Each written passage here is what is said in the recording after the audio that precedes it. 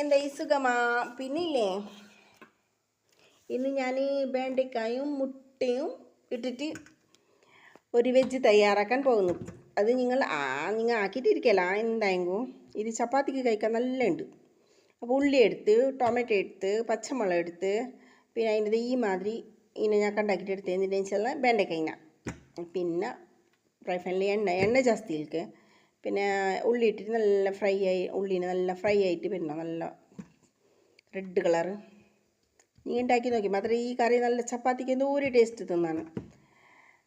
പിന്നെ പച്ചമുളക് ഇട്ടിട്ട് കുറച്ച് വാട്ടി കണ്ട നല്ല കുറച്ച് കളറെല്ലാം ചേഞ്ച് ആയല്ലേ. പിന്നെ മുട്ട ഇട്ടിട്ട് കുറച്ച് മഞ്ഞൾപ്പൊടി ഇട്ടിട്ട് പിന്നെ കുറച്ച്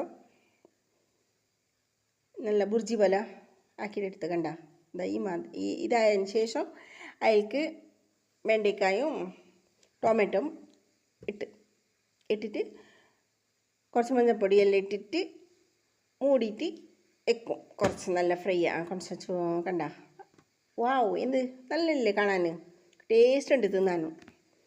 നീ ഉണ്ടാക്കി നോക്കി എന്നോട് പറയണേ എങ്ങനെയായി ചെല്ലണം, എന്തായെങ്കിലും ചെല്ലണം. എൻ്റെ നല്ല ടേസ്റ്റ് ഉണ്ട്. ഒരിക്കലും ഉണ്ടാക്കി നോക്കിങ്ങ എങ്ങനെ ഉണ്ടായിരുന്നു.